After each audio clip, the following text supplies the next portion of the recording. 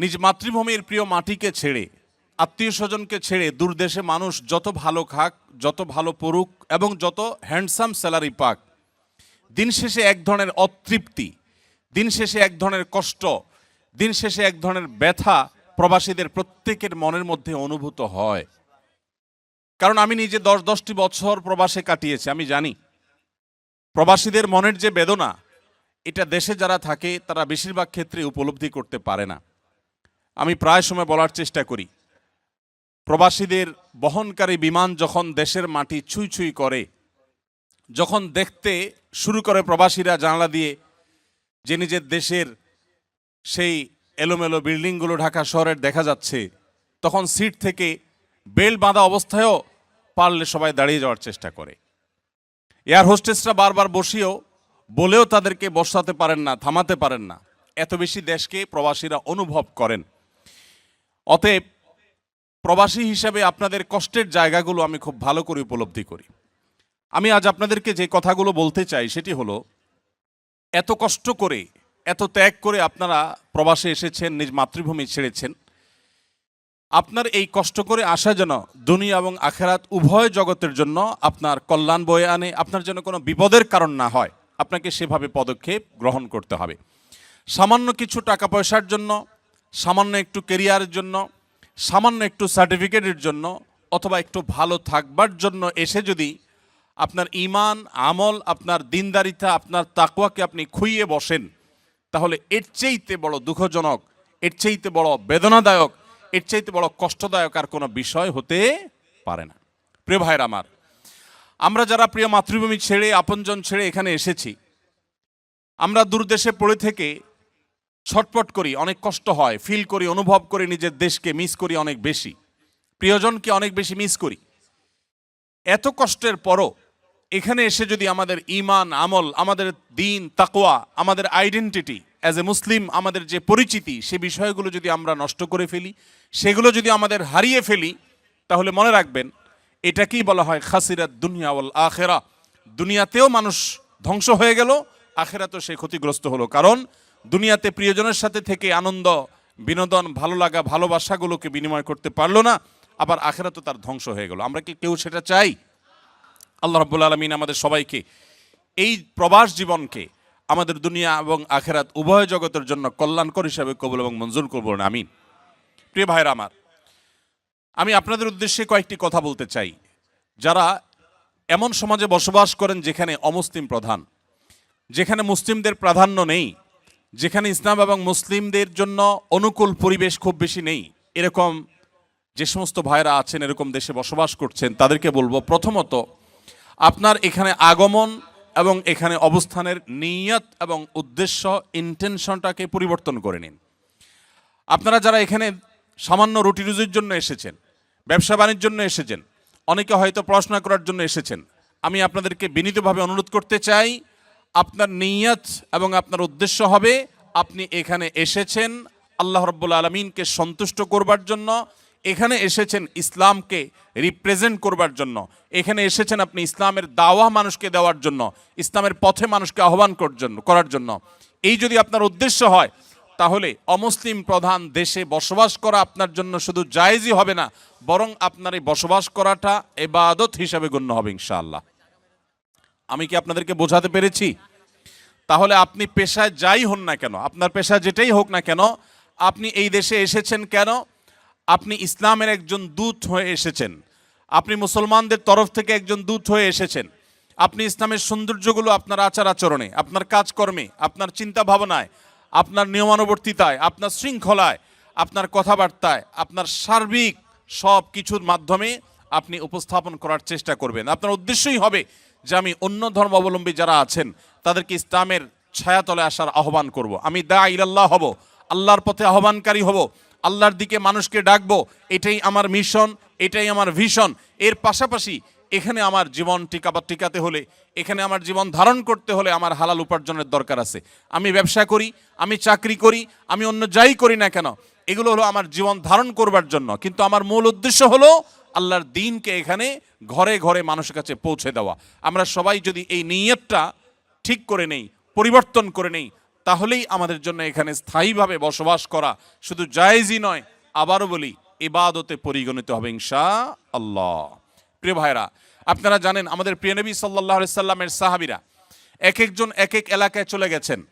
কোন সাহাবীর কবর পাওয়া যায় সুদূর চায়নায়, কোন সাহাবীর কবর পাওয়া যায় টার্কিতে, কোন কোন সাহাবীর পাওয়া যায় ইজিপ্টে। বিভিন্ন এলাকাতে বিভিন্ন দেশে এক একজন সাহাবীর কবর বা অনেক সাহাবীদের কবর পাওয়া যায়। সাহাবীরা সে সমস্ত দেশে কেন গিয়েছেন আপনারা জানেন? কোন সাহাবী নবী করিম সাল্লাল্লাহু আলাইহি সাল্লামের ভালোবাসার মদিনা শহর ছেড়ে কেউই কিন্তু পার্থিব কোনো কারণে কখনো যাননি। মদিনা ছেড়ে কেউ কখনো 2 পয়সা রুজি করার জন্য কোনো জায়গায় কোনো সাহাবী অন্তত যেতে পারেন না।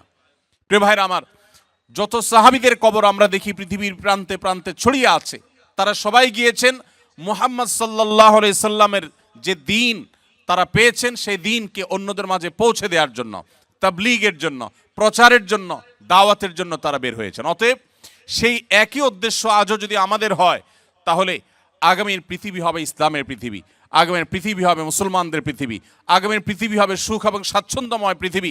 আগামী পৃথিবীতে ডিপ্রেশন থাকবে না, আত্মহত্যা থাকবে না, মানুষ কষ্টে থাকবে না। কারণ ইসলাম মানেই শান্তি।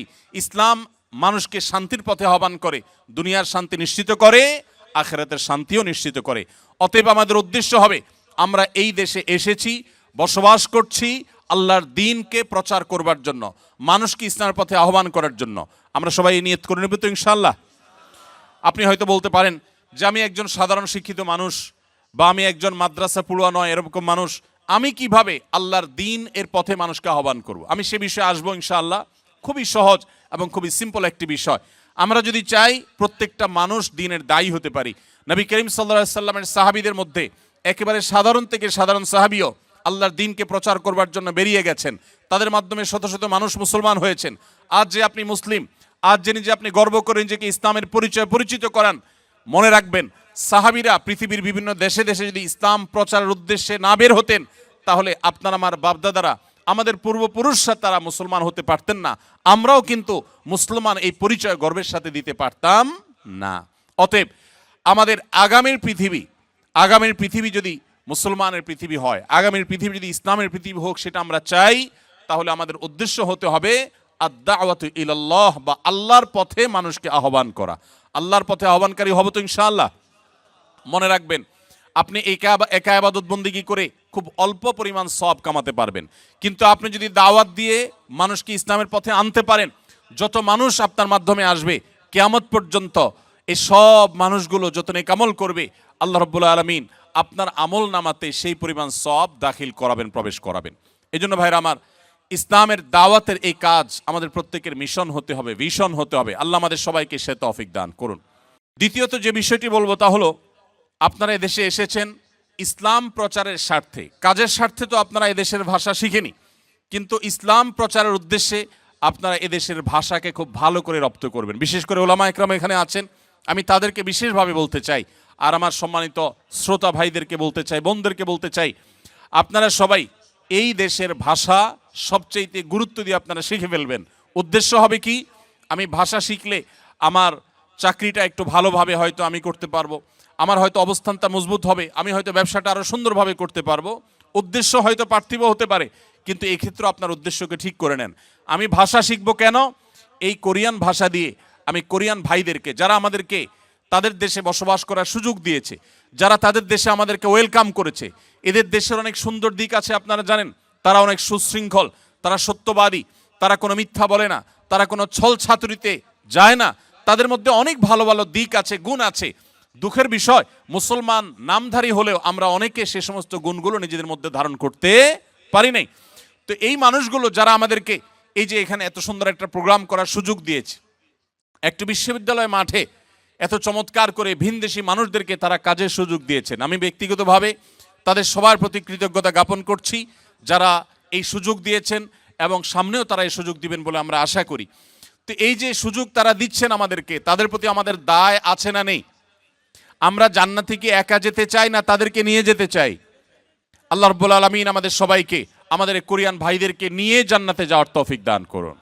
আমরা তাদেরকে অনন্ত অসীমকালের সুখের ঠিকানা দেখতে চাই কি চাই না? যদি চাই, তাহলে তাদের ভাষা আমাদেরকে শিখতে হবে, কারণ তাদের ভাষা শিখলে আমি ইসলামটাকে আমি আমার মতো করে তাদের বোঝার মতো করে আমি উপস্থাপন করতে পারবো। এই জন্য ভাইরা, আপনারা কোরিয়ান ভাষাটা খুব ভালো করে রপ্ত করবেন। আবার বলছি, উদ্দেশ্য হবে যে আমি তাদেরকে আল্লাহর পথে আহ্বান করব। আমি জাপানে গিয়েছি, টোকিওতে আমি বাংলাদেশি প্রবাসী ভাইদেরকে দেখেছি।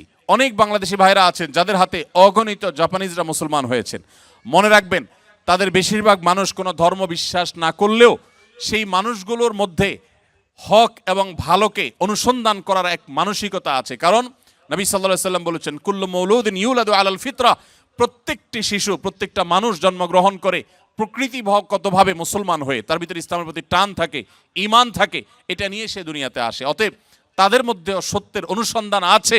আমরা সেটাকে যথাযথভাবে উপস্থাপন করতে না পারা, এটা আমাদের দুর্বলতা, এটা আমাদের ব্যর্থতা। আপনারা জানেন, এদেশের গলিতে গলিতে গির্জা দেখা যায়।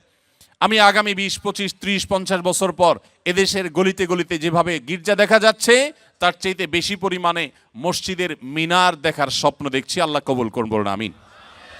আপনারা কি চান এদেশের গলিতে গলিতে এভাবে মসজিদের মিনার হোক? আপনারা কি চান সেটা? যদি চান, আপনাদের প্রত্যেককে দায়ী হইতে হবে, ইসলাম প্রচারক হতে হবে। আপনারা যদি দায়ী হতে রাজি থাকেন, আমি প্রতিশ্রুতি দিচ্ছি, ইমাম সাহেবগণ, ওলামা একরাম আছেন, তারা যদি বলেন যে আমাদের প্রবাসী ভাইদের মধ্যে বিশেষায়িত প্রোগ্রাম করে কেউ যদি দায়ী আল্লাহ হতে চান, ইসলাম প্রচারে কাজ করতে চান, তাহলে আমরা তাদেরকে বিশেষভাবে প্রশিক্ষণ দেওয়া, তাদেরকে সময় দেওয়া, তাদের জন্য আলাদা প্রোগ্রামের অ্যারেঞ্জ করার জন্য আমি ইনশাল্লাহ সময় দিতে প্রস্তুত আছি। ভাইরা আমার, ডক্টর জাকির নায়েক কি কোনো মাদ্রাসায় পড়ালেখা করেছেন? তিনি যদি একজন জেনারেল শিক্ষিত মানুষ হয়ে, একজন চিকিৎসক পেশায় একজন চিকিৎসক হয়ে যদি আল্লাহর দ্বীনের পথে গোটা পৃথিবীর মানুষকে আহ্বান করতে পারেন, তাহলে আপনি আমি পারবো কি পারবো না? ইনশাআল্লাহ। আমাদের সবার এর জন্য সৎ সাহস লাগবে। আমরা এক একজন ইসলাম এবং মুসলমানদের পক্ষ থেকে দূত হয়ে এই দেশে শেষ দিন পর্যন্ত আমরা বসবাস করবো ইনশাআল্লাহ। তাহলে দ্বিতীয়ত যেটি বলেছি, তা হলো এই দেশের মানুষের ভাষা আপনাদেরকে শিখতে হবে। আপনারা জানেন, এখানে অনেক খ্রিস্টান মিশনারি ভাইয়েরা, বোনেরা, তারা আপনাদেরকে কেমন আছেন বলে যখন প্রশ্ন করে, তখন আপনাদের কাছে অনেক ভালো লাগা কাজ করে, কারণ আপনার ভাষা তারা জানে, তাই না? এর চাইতে বড় দুর্ভাগ্যজনক বিষয় কি হতে পারে? মুহাম্মদ সাল্লাল্লাহু আলাইহি সাল্লামের উম্মত আপনি, আল্লাহর পক্ষ থেকে একমাত্র দ্বীনের ধারক আপনি, অথচ আপনাকে দাওয়াত দেওয়া হচ্ছে খ্রিস্ট ধর্মের। আপনি আপনার দ্বীনকে সুন্দরভাবে, সুচারুরূপে, অত্যন্ত চমৎকারভাবে এদেশে মানুষের সামনে উপস্থাপন আপনি করতে পারেন নাই। এর চাইতে লজ্জার, এর চাইতে দুঃখের আর কিছু হতে পারে না। প্রিয় কোরিয়ান প্রবাসী ভাইরা, কোরিয়া প্রবাসী ভাইরা, আমি আপনাদেরকে উদাত্ত আহ্বান করতে চাই, আপনারা সবাই যদি সজাগ হন, আপনারা যদি সচেতন হন, আপনারা যদি দায়িত্বশীল হন, আমার বিশ্বাস খুব বেশি দিন লাগবে না যে ইনশাআল্লাহ এদেশের মোড়ে মোড়ে, রাস্তা রাস্তায় ইনশাআল্লাহ আজানের ধ্বনি শোনা যাবে। আমরা সবাই চেষ্টা করবো তো ইনশাআল্লাহ। নাম্বার 3, মনে রাখবেন, ইসলামের পথে আহ্বান করবার জন্য আপনার মুখের বক্তব্য অথবা আপনার লেখনির চাইতে অনেক বেশি পাওয়ারফুল একটা মাধ্যম আপনার কাছে আছে। সেটা কি? সেটা হলো আপনার আমার নিজেদের আচার আচরণ, আমাদের কাজ কারবার, এই বিষয়গুলো অন্য ধর্মাবলম্বীদেরকে যেন ভাবতে বাধ্য করে যে মুসলমানদের দ্বীন এতটাই সুশৃঙ্খল, এতটাই চমৎকার, এই দ্বীন সম্পর্কে জানতে যেন তারা আগ্রহী হয়, তারা যেন কৌতূহলী হয়, তাদের মধ্যে যেন আগ্রহ জাগে, আগ্রহ জন্মায় যে ইসলামটা কি, তারা যেন জানতে চেষ্টা করে। এই জন্য ভাইরা, আমি আপনাদেরকে বলতে চাই, আপনারা এক একজন এখানে যারা আছেন, আপনারা প্রত্যেকে 2টি করে ডিপার্টমেন্টে আপনারা রিপ্রেজেন্ট করছেন। এক, আপনারা সবাই বাংলাদেশ রাষ্ট্রকে আপনারা রিপ্রেজেন্ট করছেন। আপনারা সবাই বাংলাদেশের আনঅফিসিয়াল দূত। অফিসিয়াল রাষ্ট্রদূত একজন থাকলেও আপনারা প্রত্যেকে বাংলাদেশকে এখানে রিপ্রেজেন্ট করছেন। অতএব আপনারা সবাই বাংলাদেশের দূত। বাংলাদেশকে তারা দেখে না, তারা আপনাকে দেখে। আপনাকে দেখে তারা বাংলাদেশকে মূল্যায়ন করবে। ঠিক একইভাবে গোটা বিশ্বের মুসলমানদের দূত হিসাবে আপনারা ভূমিকা রাখছেন। গোটা বিশ্বের মুসলমানদেরকে তারা দেখে না, তারা আপনাকে দেখে। আপনার আচার আচরণ, আপনার কাজ কারবার, আপনার নিয়ম শৃঙ্খলার প্রতি শ্রদ্ধাবোধ, এদেশের যে আইন রয়েছে, এদেশের যে নিয়ম রয়েছে, এদেশের যে শৃঙ্খলা রয়েছে, সেটাকে যদি আপনি সর্বাপেক্ষা শ্রদ্ধা করেন, মেনে চলেন, আপনার যদি সুন্দর লেনদেন থাকে, আপনার কাজ কারবার থাকে, আপনার আচরণের মধ্যে মাধুর্য থাকে, আপনার পরোপকার করার মানসিকতা থাকে, তাহলে মনে রাখবেন, তারা আপনাকে দেখে ইসলামকে জানার ব্যাপারে আগ্রহী হয়ে উঠবে এবং দিন শেষে মানুষ ইসলামের পথে আসবে ইনশাআল্লাহ। মনে রাখবেন, আমাদের প্রিয় নবী সাল্লাল্লাহু আলাইহি সাল্লামের বক্তব্য শুনে যত মানুষ মুসলমান হয়েছেন, তার চাইতে বেশি তার মহানুভবতায়, তার সিরাত, তার জীবন দর্শনে আকৃষ্ট হয়ে মানুষ ইসলামে এসেছেন। আজও সময় এসেছে ইসলামকে আমাদের আচার আচরণ, আমাদের ভালো কাজ কাম দিয়ে, আমাদের উন্নত চিন্তাধারা দিয়ে, আমাদের বিভিন্ন কার্যক্রমের মাধ্যমে ইসলামকে রিপ্রেজেন্ট করার আমরা সবাই সেই চেষ্টা করব তো ইনশাআল্লাহ। মনে রাখবেন, আপনার প্রতিটি কাজ হয় ইসলাম এবং মুসলমানদের ইমেজকে বিল্ড আপ করবে, আর না হলে ইমেজকে ধ্বংস করবে। আমি ব্যক্তিগতভাবে আনন্দিত যে কোরিয়ায় আমার বাংলাদেশি প্রবাসী ভাইরা যারা আছেন, বোনেরা যারা আছেন, আপনাদের তেমন কোনো দুর্নাম নেই। আমাদের বাংলাদেশি প্রবাসীরা অনেক দেশে আছেন, যে সমস্ত দেশগুলোতে নানা কারণে দুর্নাম হয়ে গেছে, সে সমস্ত দেশে আমাদের বাংলাদেশিদের মুখ অনুজ্জ্বল। আলহামদুলিল্লাহ, আমার স্বদেশী ভাইরা যারা এই দেশে বসবাস করছেন, কোরিয়া প্রবাসী ভাইদেরকে আমি স্পেশালভাবে ধন্যবাদ জানাচ্ছি, আপনাদের প্রতি কৃতজ্ঞতা জানাচ্ছি যে আপনাদের তেমন কোনো দুর্নাম নেই। এর জন্য অবশ্য নেতৃবৃন্দ যারা আছেন, বিভিন্ন সোসাইটিকে যারা নেতৃত্ব দিচ্ছেন, নিশ্চয়ই তাদের অবদান আছে, নিশ্চয়ই ওলামা একরাম ইমাম সাহেবদের অবদান আছে, নিশ্চয়ই আপনাদের সবার সদিচ্ছা আছে। আল্লাহ তাআলা আপনাদের সবাইকে আপনাদের এই সুনামকে ধরে রাখার, বরং এটাকে আরো সামনে নিয়ে যাওয়ার তৌফিক দান করুন।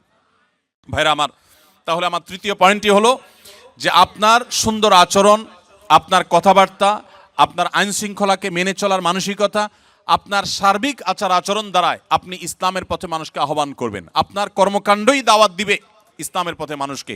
চেষ্টা করবো তো সবাই ইনশাআল্লাহ। নাম্বার 4, আপনি প্রবাসে থেকে যদি আল্লাহর দ্বীনকে রিপ্রেজেন্ট করতে চান আর নিজের ঈমান আমলকে হেফাজত করতে চান, মনে রাখবেন, আপনি কিছু পয়সা কামাই করতে এসে যদি আপনি বেঈমান হয়ে চলে যান, অথবা আপনি ঈমানদার আছেন, আপনার ছেলে মেয়ে তারা বেঈমান হয়ে যদি চলে যায়, পরের জেনারেশনটা যদি ধ্বংস হয়ে যায়, তো এর চাইতে বড় দুর্ভাগ্যের বিষয় আর কিছু হতে পারে না। অতএব এই বিষয়টিকে মাথায় রেখে আমি আপনাদেরকে অনুরোধ করব যে আপনারা সবাই সবসময় চেষ্টা করবেন, সচেষ্ট থাকবেন যে আপনারা যেখানেই থাকেন না কেন আশেপাশে মসজিদগুলোর সাথে আপনারা ইনভলভ হয়ে থাকবেন। ইমাম সাহেবদের বিভিন্ন যে প্রোগ্রামগুলো থাকে, কোরআন শিক্ষার আসর থাকে, তাফসিরের আসর থাকে, বিভিন্ন দ্বীনি প্রোগ্রামগুলো থাকে, যে কোনো দ্বীনি প্রোগ্রামের সাথে আপনারা এঙ্গেজ হয়ে থাকবেন, মসজিদগুলোর সাথে সম্পৃক্ত হয়ে থাকবেন, নামাজি মানুষদের সাথে থাকবেন। কারণ ভালো সঙ্গ যদি মানুষ অবলম্বন করে, তখন যে কোনো বিপদ আপদ থেকে, ঈমান হরণকারী বিষয় থেকে আল্লাহ রাব্বুল আলামিন মানুষকে হেফাজত করেন। এই জন্য নেক সঙ্গ বা সৎসঙ্গ এটা আমাদের ঈমানকে এই প্রতিকূল পরিবেশে টিকিয়ে রাখার জন্য সবচেয়ে সহায়ক ভূমিকা রাখবে। এই জন্য আমি আশা করব আপনারা সবাই সে বিষয়টি রাখবেন। আমাদের বোনরা যারা আছেন, আপনাদেরকে আমি বিশেষভাবে বলতে চাই, আপনারা নিজেদের মধ্যে বলয় গড়ে তোলেন, সোসাইটি এবং সার্কেল গড়ে তোলেন। 10-20 জন বোন যাদের মধ্যে আল্লাহর ভয় আছে, যারা হালাল হারাম মেনটেন করেন, যারা দুনিয়ার সমস্ত লোভের বিপরীতে ঈমানকে প্রায়োরিটি দেন, প্রাধান্য দেন, সেই মানুষগুলোকে সাথে নিয়ে আপনারা ছোট ছোট সার্কেল করে করে আপনারা নিয়মিত বৈঠক করেন, নিজেদের মধ্যে বোঝাপড়া করেন, কোরআন হাদিসের তালিম করেন, আলোচনা পর্যালোচনা করেন। আপনাদের শিশুদেরকে ঈমানের উপরে টিকায় রাখবার জন্য, তাদেরকে সেভ করবার জন্য প্রতিকূল পরিবেশে আপনার শিশুদের জন্য আলাদা সোসাইটি বিল্ড আপ করতে হবে, তাদের জন্য আলাদা পরিবেশ গড়তে হবে, মসজিদগুলো থেকে তাদের জন্য নানামুখী উদ্যোগ নিতে হবে। মনে রাখবেন, স্রোতের তালে গা ভাসানো এটার জন্য কোনো যোগ্যতার প্রয়োজন হয় না, স্রোতের বিপরীতে চলতে হলে যোগ্যতার প্রয়োজন হয়। আপনারা কি স্রোতের তালে গা ভাসিয়ে নিজেদের পরিচয়কে হারিয়ে ফেলতে চান, নাকি পরিচয় ধরে রাখতে চান? পরিচয় ধরে রাখতে চান। মনে রাখবেন, অনেক ভাইরা আছেন যারা নিজ দেশের মানুষের কৃষ্টি, কালচার, নিজের ঈমান আমল এগুলোকে হারিয়ে বসেছে। এর চাইতে দুর্ভাগ্যজনক আর কিছুই হতে পারে না। সামান্য একটু টাকা পয়সার জন্য আপনি আপনার আইডেন্টিটিকে একেবারে পানির সাথে মিশিয়ে দিয়েছেন, ধুলোর সাথে মিশিয়ে দিয়েছেন। ভাইরা আমার, আমি আপনাদেরকে অনুরোধ করতে চাই, পৃথিবীর যে প্রান্তেই থাকুন না কেন, নিজের আইডেন্টিটি, নিজের আত্মপরিচয়কে কখনো কোনো অবস্থাতে আপনি ধুলোর সাথে মিশতে দিবেন না।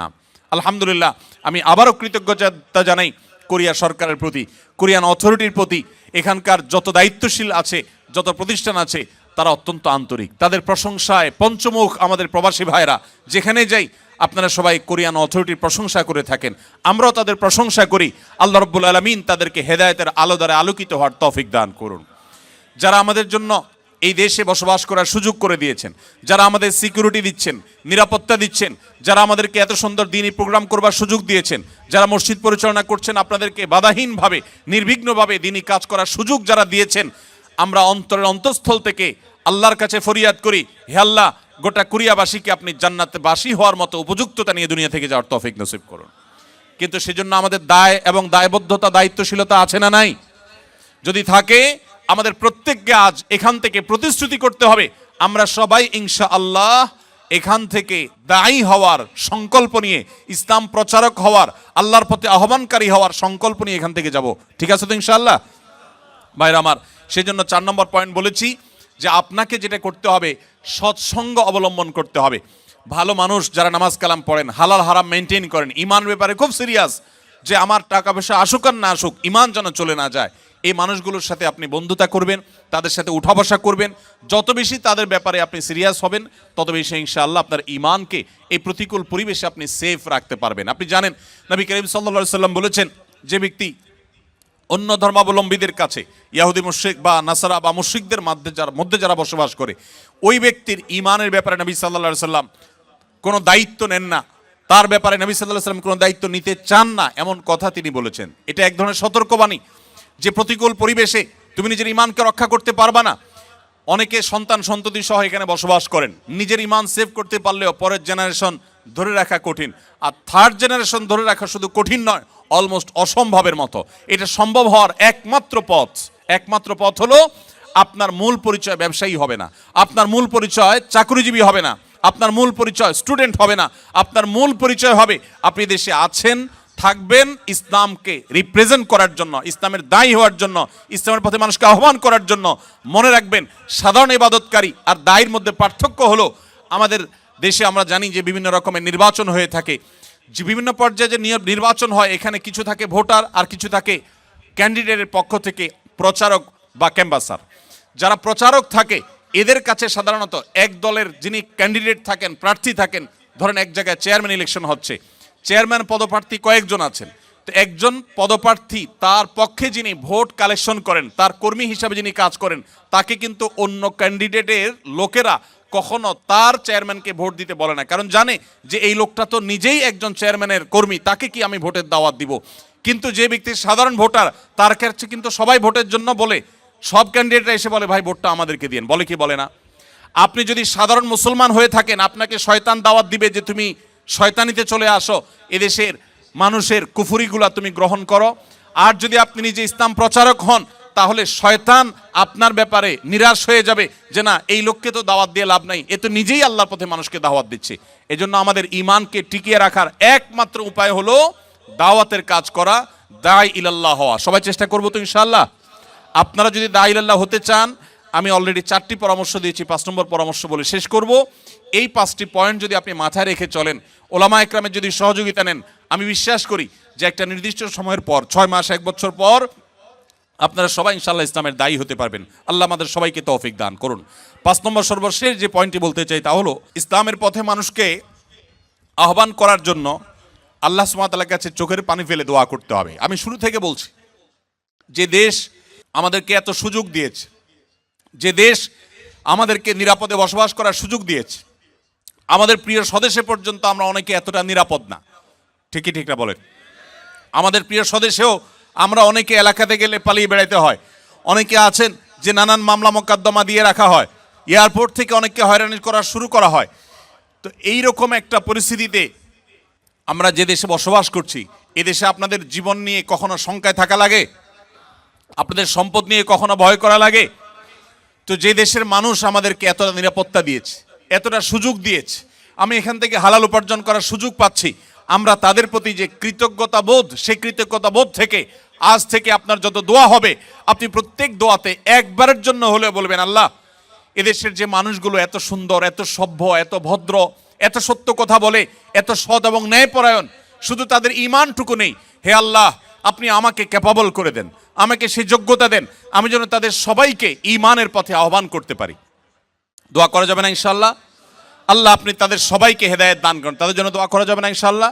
আমরা যদি আজকে এখানে যত হাজার মানুষ আছি, আজ থেকে যদি আমরা নিয়মিত প্রত্যেক দোয়াতে আমরা যদি চোখের পানি ফেলে আল্লাহর কাছে ফরিয়াদ করি যে আল্লাহ তুমি এই মাটিকে ইসলামের জন্য কবুল করো, আল্লাহ এদেশের মানুষগুলোকে ইসলামের জন্য কবুল করো, আল্লাহ এরা যদি ইসলামের পথে চলে আসে তাহলে ইসলামের আসল সৌন্দর্য মানুষ দেখতে পাবে, কারণ এদের আচার আচরণ, এদের ন্যায় নীতি, এদের অনেক কর্মকাণ্ড অলরেডি কোরআন হাদিস যা বলেছে তার বাস্তব রূপ হিসাবে আমরা দেখতে পাচ্ছি। শুধু ঈমানটা যদি প্লাস করা যায় তাহলে তারাই হবে আমাদের সামনে সবচাইতে উত্তম মডেল, সবচাইতে উত্তম আদর্শ। হে আল্লাহ আপনি তাদেরকে ঈমান দান করেন। আপনি যে সুপারভাইজারের অধীনে কাজ করেন, আপনি তার নাম ধরে আল্লাহর কাছে দোয়া করবেন, আপনি যে কোম্পানিতে কাজ করেন সেই কোম্পানির মালিকদের জন্য আল্লাহর কাছে দোয়া করবেন। আপনি যে এলাকায় বসবাস করেন সে এলাকার অন্য ধর্মাবলম্বী ভাইদের জন্য দোয়া করবেন। এভাবে যদি সবার জন্য আপনি দোয়া করেন, চোখের পানি ফেলেন, মনে রাখবেন নবী করিম সাল্লাল্লাহু আলাইহি সাল্লাম বদরের সময় আল্লাহর কাছে চোখের পানি ফেলে দোয়া করেছেন এবং বলেছেন, আল্লাহ যদি আপনি চান আজকের পরে আর আপনাকে ইবাদত কেউ করার থাকবে না তো সেটা হতে পারে, আর যদি আপনি চান আপনার দিনকে টিকাবেন সেটাও হতে পারে। আল্লাহর কাছে ফরিয়াদ করে তিনি হেদায়েতের সাফল্য, দিন এবং ঈমানের সাফল্য তিনি কামনা করেছেন। আমি আপনাদেরকে উদাত্ত আহ্বান রাখতে চাই, আপনারা সবাই যার যার জায়গা থেকে আপনাদের দোয়াগুলোতে আমাদের এই কোরিয়ান ভাই বোনদের জন্য, এদেশে বসবাস করি অন্য ধর্মাবলম্বী ভাই বোনদের জন্য দোয়া করবেন। আল্লাহ যেন তাদের সবাইকে হেদায়েত গ্রহণ করার তৌফিক নসিব করেন। দোয়া করবো তো ইনশাআল্লাহ। তাহলে আমি আবারও এক নজরে 5টি কথা বলছি। যারাই পৃথিবীর এমন কোনো দেশে বসবাস করছেন যেখানে অমুসলিমদের প্রাধান্য রয়েছে, যেখানে থেকে আপনার ঈমানকে টিকিয়ে রাখাকে আপনি চ্যালেঞ্জিং মনে করছেন, যেখানে প্রতিকূল পরিবেশ রয়েছে, যেখানে হালাল হারাম মেনটেন করা কঠিন, যেখানে পর্দা মেনটেন করা কঠিন, আমরা রিজিকের প্রয়োজনে সেখানে এসে পড়েছি, আমি তাদেরকে বলতে চাই, প্রথমত আপনার এই আসার উদ্দেশ্যটাকে পরিবর্তন করেন। টাকা পয়সার জন্য, চাকরি বাকরি বা ব্যবসা বাণিজ্যের জন্য নয়, আপনার এখানে থাকাটাই হবে আল্লাহর দ্বীনকে মানুষের সামনে রিপ্রেজেন্ট করবার জন্য, দাওয়া ইলাল্লাহর জন্য, আল্লাহর পথে মানুষকে আহ্বান করার জন্য, জাহান্নাম থেকে মানুষকে জান্নাতের পথে আনার জন্য, মানুষকে মুক্তির পথে দেখাবার জন্য আপনি আসছেন। এই উদ্দেশ্যটাই যদি আপনার মূল হয়ে যায় তাহলে আপনার ব্যবসার ক্ষতি হোক, দাওয়াত যেন ঠিক থাকে, চাকরি চলে যাক, দাওয়াত যেন ঠিক থাকে, আপনার অন্য সব কিছুতে স্যাক্রিফাইস করবেন, কম্প্রোমাইজ করবেন, কিন্তু দাওয়াতের কাজে, ইসলামের কাজে আপনি কম্প্রোমাইজ করবেন না। নাম্বার 2, আপনাকে যে দেশে আছেন সে দেশের মানুষের ভাষা শিখতে হবে। তাদের ভাষা যদি আপনি রপ্ত করতে পারেন তাহলে তাদেরকে দাওয়াত দিতে পারবেন। ভাষা শিখলে আপনার স্কিল ডেভেলপ হবে, আপনার চাকরি, আপনার ব্যবসা ভালোভাবে করতে পারবেন। কিন্তু উদ্দেশ্য সেটা হবে না। উদ্দেশ্য হবে যে আমি এই ভাষা শিখে তাদেরকে আল্লাহর কথা আমি ব্যাখ্যা করব, কোরআনের কথা বলবো, সুন্নাহর কথা বলবো। ভাইরা আমার, আপনাদের হয়তো অনেকের কাছে জিনিসটা একটু অস্বাভাবিক মনে হচ্ছে যে এই মানুষগুলো এত উন্নত জ্ঞানে, বিজ্ঞানে, তথ্যে, প্রযুক্তিতে, অবকাঠামোতে, অন্য অনেক দিক থেকে তারা এগিয়ে আছে, তারা আমাদের ধর্মের জন্য তারা কি আদৌ লালায়িত? বিশ্বাস করুন, গোটা পৃথিবীর যত উন্নত দেশ পাবেন, প্রত্যেকটা উন্নত দেশের মানুষেরা তাদের মধ্যে এক ধরনের শূন্যতা কাজ করছে। বিভিন্ন দেশে যাওয়ার সুযোগ আমার হয়েছে। আপনারা একটু ডানে বামে যদি খেয়াল করেন, গভীরভাবে দেখবেন যে সুখের মধ্যে থাকা মানুষগুলো, বাহ্যিকভাবে সুখের মধ্যে থাকা মানুষগুলোর মানসিক একটা কষ্ট আছে, যন্ত্রণা আছে। এই জন্য আত্মহত্যার প্রবণতা আপনার গরিব দেশে যতটা হয় তার চাইতে এই ধনী দেশে আত্মহত্যার ঘটনা বেশি ঘটে। কেন ঘটে জানেন? সব কিছু আছে, মানসিক প্রশান্তি জিনিসটা নেই। এই মানসিক প্রশান্তি, আল্লাহর কসম, ঈমান ছাড়া, ইসলাম ছাড়া মানসিক প্রশান্তি আসার আর কোনো পথ পৃথিবীতে খোলা নেই। আল্লাহর দ্বীন ছাড়া, ইসলাম ছাড়া শান্তি আসার কোনো পথ খোলা নেই। অতএব আপনার নিজেকে আপনাকে হীনমন্যতাকে ছুঁড়ে ফেলে দিতে হবে। আপনার মধ্যে আত্মবিশ্বাস থাকতে হবে, আপনার মধ্যে দৃঢ়চেতা চিন্তা থাকতে হবে, এই চিন্তা চেতনা থাকতে হবে, আপনার আদর্শিক এই বলিষ্ঠতা থাকতে হবে যে আমি এই যে দিনকে ধারণ করছি, আমি নিজে হতভাগা, আমি কপাল পড়া, আমি জানি না এই ঈমানের মূল্য কি, আমি জানি না ইসলামের মূল্য কি। যে ইসলাম নাই যার মধ্যে, তার টাকা পয়সা আছে, জ্ঞান বিজ্ঞান আছে, তথ্য প্রযুক্তি আছে, বিজনেস আছে, তার মধ্যে অনেক কিছু আছে, কিন্তু তার মানসিক প্রশান্তি জিনিসটা নেই। তারা এক ধরনের হতাশার মধ্যে থাকে, ডিপ্রেশনের মধ্যে থাকে, কারণ তাদের আসলে বলার কোনো জায়গা নেই। যে আল্লাহর প্রতি বিশ্বাস করে, আল্লাহ তাআলা বলেছেন যালিকা বিআন্নাল্লাহা মাওলাল্লাযীনা আমানু ওয়া আন্নাল কাফিরিনা লা মাওলা লাহুম। ঈমানদারদের অভিভাবক আছে, যত কষ্ট আছে সে তাহাজ্জুদে উঠে আল্লাহর কাছে চোখের পানি ফেলে দোয়া করে বলে, 5 ওয়াক্ত নামাজের পরে বলে, বিভিন্ন সময় 2 হাত তুলে বলে, মাবুদ আমি বিপদে আছি। তার একটা বলার জায়গা আছে। কিন্তু যারা আল্লাহর প্রতি বিশ্বাস নেই তাদের বলার কোনো জায়গা নেই। তাদের মানসিক কষ্ট নিয়ে তারা ডিপ্রেশন ভোগ করতে করতে তারা দুনিয়া থেকে চলে যায়। এই জন্য বলি, হীনমন্যতাকে দূরে সারেন। আপনার টাকা নেই, আপনার পয়সা নেই, আপনার বাহ্যিক আচার আচরণও হয়তো ভালো না, এজ এ মুসলিম যতটুকু হওয়া দরকার ততটুকু হয়তো না, কিন্তু আপনার ঈমান আছে, যে ঈমান হয়তো তাদের নাই। অতএব তাদেরকে ঈমানটা আমাদের ডেলিভারি করতে হবে ইনশাআল্লাহ। এই জন্য ভাষা শিখতে হবে। তৃতীয়ত বলেছি, উন্নত চরিত্র, সুন্দর আচরণ আমাদেরকে ধারণ করতে হবে। মনে রাখবেন, তারা আমাদের ধর্মগ্রন্থ পড়ে না, তারা আমাদেরকে দেখে। অন্য ধর্মাবলম্বীরা আমাদের ধর্মগ্রন্থ পড়ে, কিন্তু তারা আমাদেরকে পড়ে। ব্যক্তি আপনাকে আমাকে পড়ে, আপনার আমার কাজকর্ম, আমার উঠা বসা, আপনার আমার চলাফেরা, আমাদের সব কিছু তারা দেখে। এটা পড়ে তারা রিড করার চেষ্টা করে যে ইসলামটা আসলে কি, ইসলামটা কি, ইসলামের সংজ্ঞা তারা কোরআন খুলে পড়ে না, হাদিস খুলে পড়ে না, তারা আপনার চেহারায়, আপনার কাজে, আমার কাজে তারা পড়ে। অতএব আমাদের কাজ কর্মের সৌন্দর্যের সবটুকুন এখানে উজাড় করে দিতে হবে। এদেশের মানুষের যে সততা, নিষ্ঠা, সত্যবাদিতা, এদের মধ্যে যে ছলছাড়াছাড়ি না করার প্রবণতা, এই ভালো গুণগুলো আমি আশা করব যারা দেশে ফিরে যাবেন অথবা এখানে থাকবেন, এই ভালো গুণগুলো অর্জন করতে কোনো কার্পণ্য করবেন না। তাদেরকে আপনি ঈমান দিবেন, আর তাদের কাছ থেকে যে আখলাকটা অলরেডি কোরআন হাদিসে আপনাকে বলা হয়েছে সেটা আপনি ধারণ করার চেষ্টা করবেন ইনশাআল্লাহ। 4 নম্বর বলেছি, আপনার দাওয়াতের কাজের জন্য, ঈমানকে রক্ষা করবার জন্য প্রতিকূল পরিবেশে ভালো মানুষদের সঙ্গ, মসজিদ কেন্দ্রিক আপনি উঠা বসা করবেন। কখনো নামাজি আল্লাহওয়ালা মানুষের সঙ্গ আপনি হাতছাড়া করবেন না। সর্বশেষ আল্লাহর কাছে চোখের পানি ফেলবেন, দোয়া করবেন আল্লাহ রাব্বুল আলামিন আপনাকে, আমাকে, আমাদের সবাইকে প্রতিকূল পরিবেশে ঈমানের উপরে টিকে থাকার তৌফিক দান করুন, বলুন আমিন। আমরা চাই কিনা যে আমরা যখন কিয়ামতের দিন আল্লাহর সামনে হাজির হব, আমাদের পেছনে শত শত মানুষ লাইন ধরে থাকবে, যে মানুষগুলো আমাদের মাধ্যমে ইসলামে এসেছে, তাদেরকে নিয়ে আমরা জান্নাতে যেতে চাই কি চাই না বলেন তো? সবাই চান? কে কে চান একটু হাত তুলে দেখান তো। আল্লাহ আমাদের সবার হাতগুলোকে আপনি কবুল মঞ্জুর করেন। হে আল্লাহ, আমাদের সবার হাতগুলোকে আপনি কবুল মঞ্জুর করেন। আল্লাহ আমাদের সবাইকে জান্নাতে যাওয়ার তৌফিক দান করেন। শত শত মানুষকে নিয়ে জান্নাতে যাওয়ার তৌফিক দান করুন। আল্লাহ এই কোরিয়ার মাটিকে আপনি ইসলামের জন্য কবুল মঞ্জুর করবেন, আমিন।